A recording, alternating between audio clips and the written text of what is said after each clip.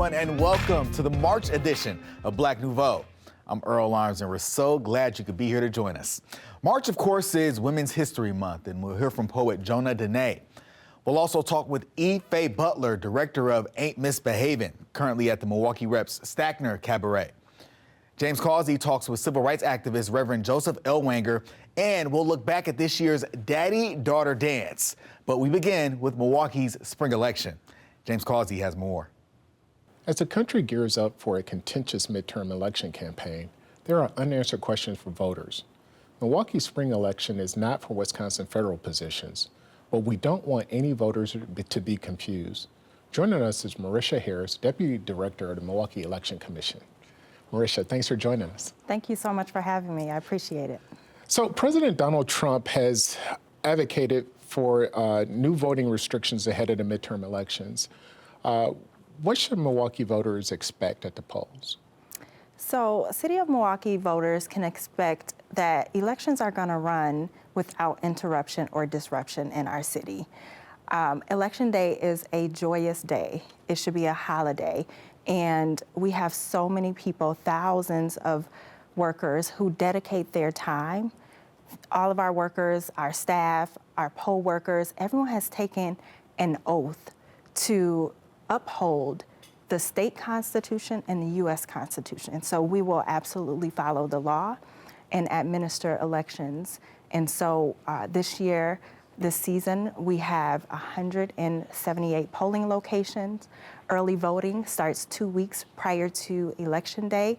We will have 7 sites across the city of Milwaukee. So March 24th through April 5th is when early voting will run. And we are doing everything we can to ensure that all qualified electors are able to cast their qualified ballots for our spring election this year. Do you have any plans in place just in case ICE shows up at any of the polling places? It's a great question, and we know that that's something that people are thinking about. We want people to understand that we must abide by the law, and the law prohibits federal armed agents from entering polling locations. If anyone sees something, we always say to anyone, if you see something unusual, say something. Our team is dedicated to ensure that our elections are running, again, without interruption or disruption. And so we ask that everyone alerts us of anything that could be unusual so that we can quickly react. How does Wisconsin, and especially Milwaukee, how do we do on absentee voting? So last spring election, we saw record-breaking absentee voting. We had more than 50,000 absentee ballots that were cast in the city of Milwaukee, and we are anticipating that that is our new normal. When are they expected to go out? The state deadline for us to issue absentee ballots that we have already, that people have already requested is March 17th. After that, we issue them every day. Now, President Trump has made the claims that, there was some illegal voting back during the 2020 election here in Milwaukee. First of all, what steps have you made to ensure that no illegal voting took place? There are so many levels of checks and balances to ensure that we are able to reconcile every ballot to every voter and that qualified electors are casting qualified ballots. So there are lots of levels of checks and balances at the local level, the county level, and even the state level. Anything that is suspicious, we have to report that to the authorities. It is extremely rare for us to have to make reports of suspicious ballots. And those claims are false, correct? So our role is to report to the authorities. We are not responsible for investigating or validating. We have partnerships with law enforcement agencies, and our role is, if we have the evidence, we collect the evidence and we report it to authorities. But it is rare that we even have evidence of voter fraud. If people have questions, who can they call or what should they do? If people have questions, we encourage them to go to the City of Milwaukee Election Commission website. We have information. They can also call our office directly. Our number is available on the website. And also our email address is voterinfo@milwaukee.gov. So individuals with questions or seeking information can also email us as well. Okay, fantastic. Well, thanks a lot, Marisha. You're welcome. Thank you. Thank you again for having me. No one to talk with, all by myself. No one to walk with, but I'm happy on the shelf. Ain't misbehaving, saving my love for you, for you, for you, for you. Thomas Wright Fats Waller was one of the most prolific jazz musicians of his time. He performed and wrote a number of songs that defined an era. Grab your coat, get your hat, leave your worries on the doorstep. Just direct your feet to the sunny side of the street. Every honeybee sighs with jealousy when they see you out with me. I don't blame 'em, goodness knows. Honeysuckle rose. I can't give you anything but love, baby. That's the only thing I've plenty of, baby. I'm gonna sit right down and write myself a letter and make believe it came from you. In 1978, the Broadway show based on his music won the Tony Award for Best Musical. The show has become one of the most performed productions in regional theater.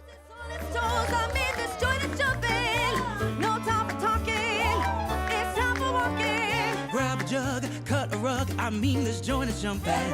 Get your pick, beef, beer, and gin, there's plenty in the kitchen. Ooh, that just came in here. Ooh, look at how he's switching. The Milwaukee Rep produced a version in the 2013-14 season and has a new production that begins airing this month through April. We talked with the director during the rehearsal period about the production. Ain't Misbehavin is truly a celebration of Fats Waller and his brilliance and his music. Unlike a lot of projects that people see, it was probably one of the first, what people would call now jukebox musicals. But it was a review of the 30s and 40s music that Fats Waller made very popular. Even if he didn't necessarily write the entire composition, he had a lot to do with the composition. Either he wrote the lyrics or he wrote composed the music. And it takes you through the history I find it takes you through the history of African American culture. It's totally a cabaret. So the Stackner is a perfect place to do Ain't Misbehavin', because if you were any place in Uptown Harlem or in this incarnation of Ain't Misbehavin', we're in Bronzeville, Wisconsin, which is right here in Milwaukee, which would have been the Harlem of Milwaukee. And I think a lot of people in Milwaukee don't know that history, that there was a place where African-American culture, where we ruminated, where we socialized, where we had our fish fries, and our rent parties. So that's kind of what it is. It's about the life and the time of a great man.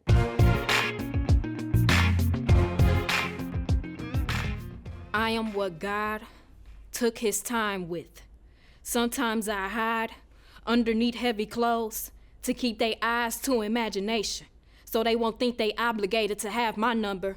Watch my drink at the bar, it got potential to be laced. I found myself going against my own sisters, competing for a place in this world, competing for somebody to love on me and take care of me. Well, what about our history as women? What about how far we've come?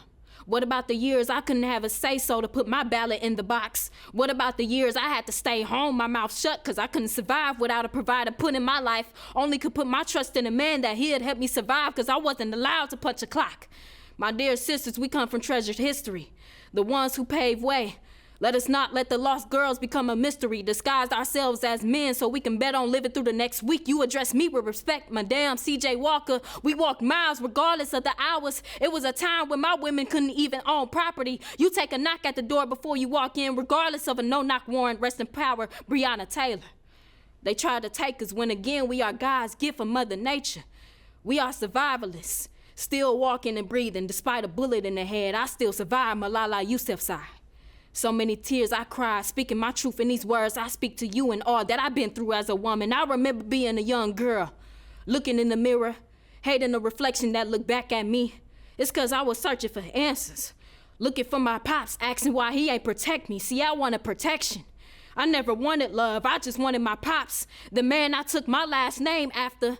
This stranger, the judge in the court, wanted me, forcing me to get to know him. Really, I gotta get to know my pops. I ain't whining or complaining. I was raised on my own to be strong, especially at bus stops when a man tried to ask for my number or how old I am. I had to pick up bricks from the sidewalk as I walked through the neighborhood and make use of it as if it was my pops protecting his daughter. I cried tears when I missed aim trying to protect myself. I wanted him to feel my pain. See, I've been carrying this stuff on my back since I watched my moms relax. Let me get personal. I stood in rooms with social workers, counting my quarters from doormats I stepped on trying to find love and the answer to why he ain't here. Man, I'm tired of talking about it. We tap dance around the conversation like they Bill Bojangles Robinson that stormy weather. Broke bread with my impatient little sisters who I gotta protect cause they pops ain't there with them. I dodged gunshots barehanded. I had to make sure my pants were tight. I witnessed grown man try to untie him. I'm crying for out loud. I've been trying like Tina dodging Ike, calling Robin Givens, grinding away at Mike Tyson. What did they give you? A piece of mind? Well, here's a piece of my pie. Young me peeking through the window blinds. Car lights, I shouted for pops during drive-bys. Listen to what I've been through. I had to face faces that told me straight up, black sister, he ain't want you. Thought it was my fault that moms couldn't do it on her own. I had to wear my brother hand-me-downs and worn out clothes, folding clothes at the laundromat. She put the call on hold. I got a phobia of holding on for too long. Longing for a hug or closure. I got doors closed up on me. I got shot at going home in the morning while she got to take morning jars without a worry. I got my thoughts rubbed around in the ground when I tried shouting. I had to take precaution. They told me to get lost. The law sent canines and dogs barking, working 9 to 5s cause pops ain't walking through that door tomorrow or anytime soon. I just deal with it. In any given condition, don't contradict me into thinking he was innocent for leaving me the aim seemed too accurate, 2-3 action. Accountable to beat the black of the sky before the street lights cut on. And the next guy tries to ask if I want to ride home and is he target? Cause my pops ain't here with me. And I'm still waiting to receive something in my own mailbox. Some type of answer to why I gotta look harder than the next woman who looked different from me. Lately I've been pacing this ground we walk on with guilt. Like somebody begging for something to eat.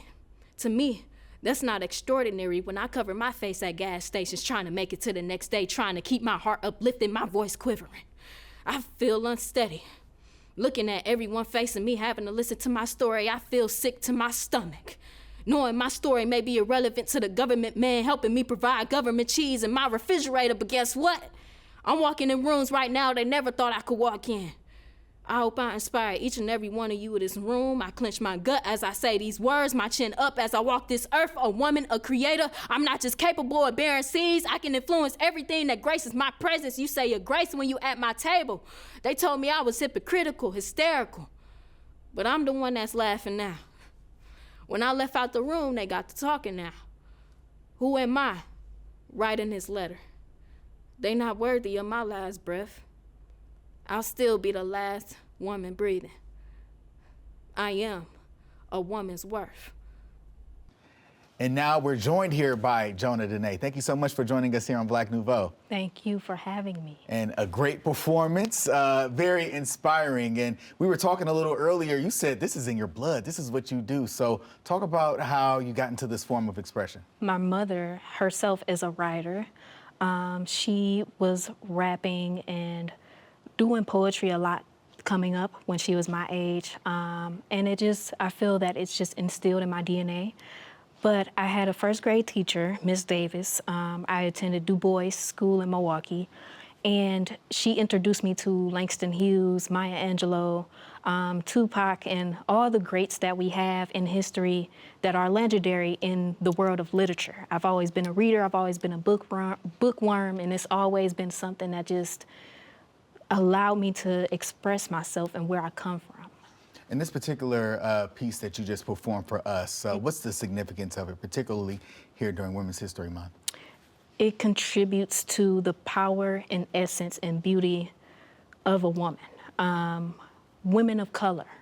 I mention a lot of names that are in history of women, and Malala, for example, she contributed greatly to women's history herself, just being such an active figure and advocate and activist, and just embracing that as a woman and bringing to the table forth of what God has gifted us to be as women. So I just feel that my poem truly touches on the history, the late passings of our women, the essence. You're going to hear it in my poem, so I don't want to say too much. I want you to listen. All right, in just a few seconds left, what do you hope people learn from your poem and from your work? I want them to learn that there is always power within yourself, and to express it in the most intricate way possible.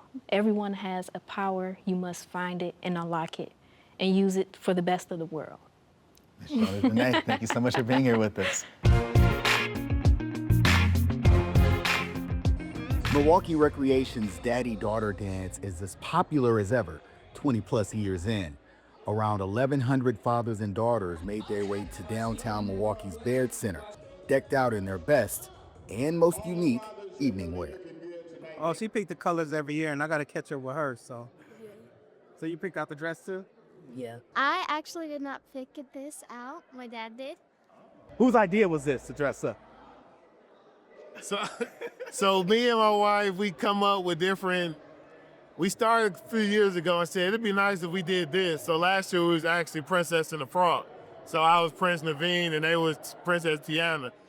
No need to dress like their favorite princess this year, as they were already there to meet the guests. The new addition to the many reasons the event goes over well with the young ladies. My favorite part is probably when I actually dance. She really likes dressing up, going out with her dad. Anytime we can spend together, she really enjoys this. This is something she looks forward to every year. Is that right? Yes. Dancing and dressing up. I want dressing up. The food here is good. And spending time. The dance has come a long way from its humble beginnings. It's real big now. It's beautiful how they got it set up. Before we were like in a gymnasium. It's fine, but this is a little more elegant. The dinner's still good food, and everybody's dressed up. Everybody looks nice downtown, so it's a beautiful thing.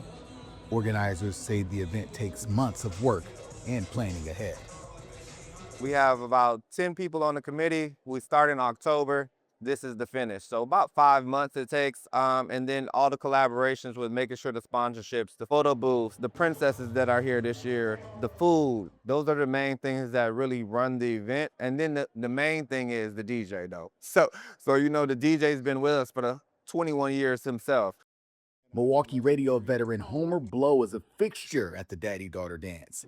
He says it's the importance of fatherhood that keeps him coming back every year.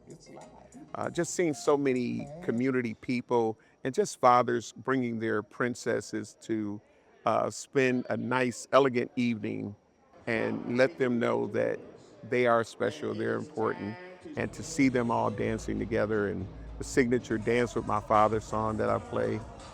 And when they weren't dancing with one another, they were dancing against each other, like in the Daddy-Daughter Dance-Off. It was a battle the fathers were never gonna win, but that's not what's most important to the fathers we talk to. Because I get personal time with my daughters, I think that's important as a father in the community, that we teach our daughters different things. I know their mothers are gonna give them the basics, but as a man, to show them how they should be loved and how a man should treat them. And I know that one day I won't even have these opportunities, you know? So to actually see her smile and the love to do this, I just gotta take advantage of it while I can. It's just no telling what her priorities will be in a few years. She may not be running to go to Daddy-Daughter Dance when she's 16 to 17, you know? You're not gonna do that to your dad, are you? You gonna do that too? Look at her. She like, maybe. Are you ever gonna grow out of it? No, I don't think so. Okay.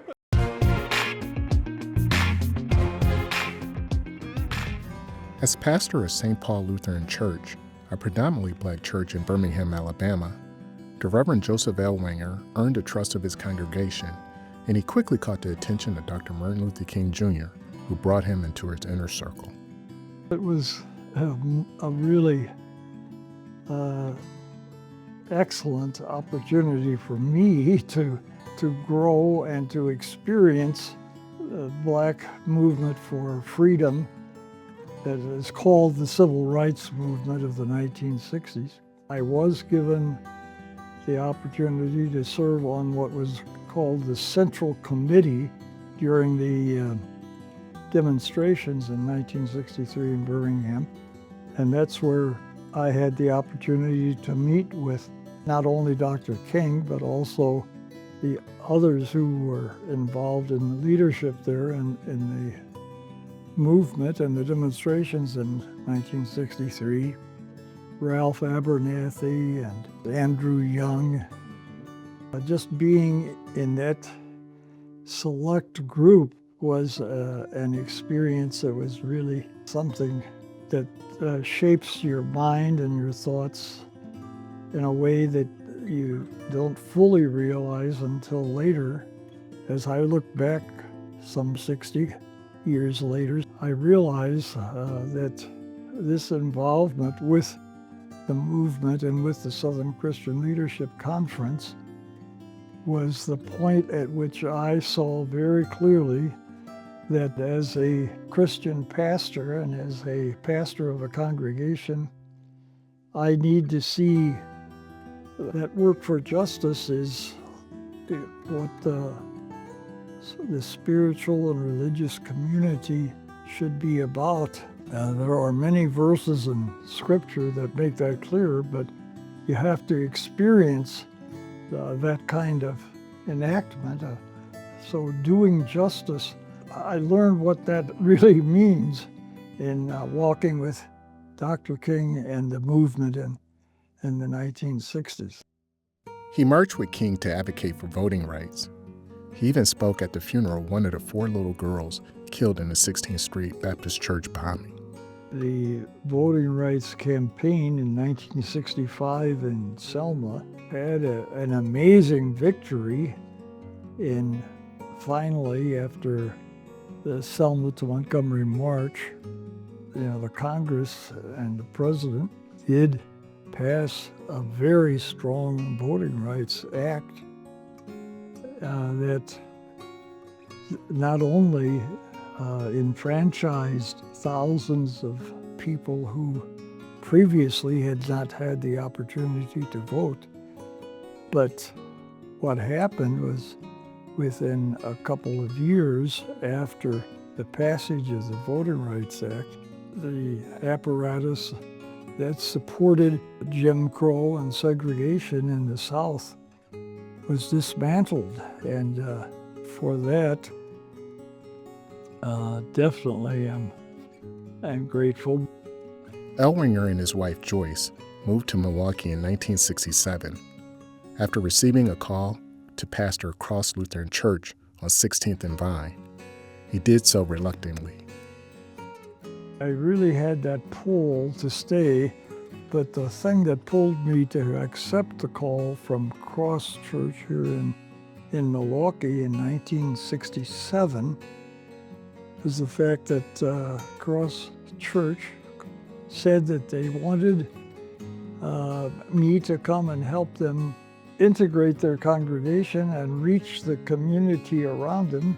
This was a largely 95% white congregation on 16th and Vine that found themselves in 1967 with the community around them not only changing, but pretty well changed. He continued to struggle for civil rights in Milwaukee, even after retiring from Cross Lutheran in 2001. One of the things he's most proud of is Project Return, a program he designed to help formerly incarcerated people get back on their feet. Is an agency that seeks to walk with people returning from prison to the community, and it's designed to help returning citizens to have the resources that they need to make a positive return to their homes and to their families, to the community, helping them to find jobs, to find housing, to find the support group that every returning person needs. But it's very encouraging and heartwarming to know that the Project Return still exists and is still doing its job and is about to celebrate its 50th anniversary. Today he is concerned that the civil rights movement may be losing traction. There is the reversal that is happening. The issue of voting rights as an example. What's happening now is voter suppression that people are finding it as difficult or even more difficult to vote now than, say, a few years ago. And we have to definitely push against, because John Lewis once said that the vote is the most powerful nonviolent tool that we have to bring about change in the country. Since our last broadcast, 2 prominent members of our community have joined the elders. Lamar Franklin dedicated his life to uplifting others in the Milwaukee community. He worked with numerous organizations, including the YMCA Black Achievers, Boys and Girls Clubs, and the MLK Economic Development Corporation. He spent 4 decades working at Northcott Neighborhood House, where he was instrumental in creating the Juneteenth celebration and Garfield Days. Whether mentoring youth, championing economic empowerment, or supporting arts and cultural initiatives, his commitment to strengthening the community never wavered.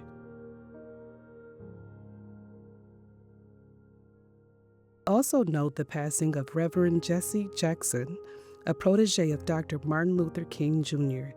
He was a 2-time presidential candidate and a civil rights activist who created Operation Push and the Rainbow Coalition, which helped usher in a new generation of civil rights and political activism.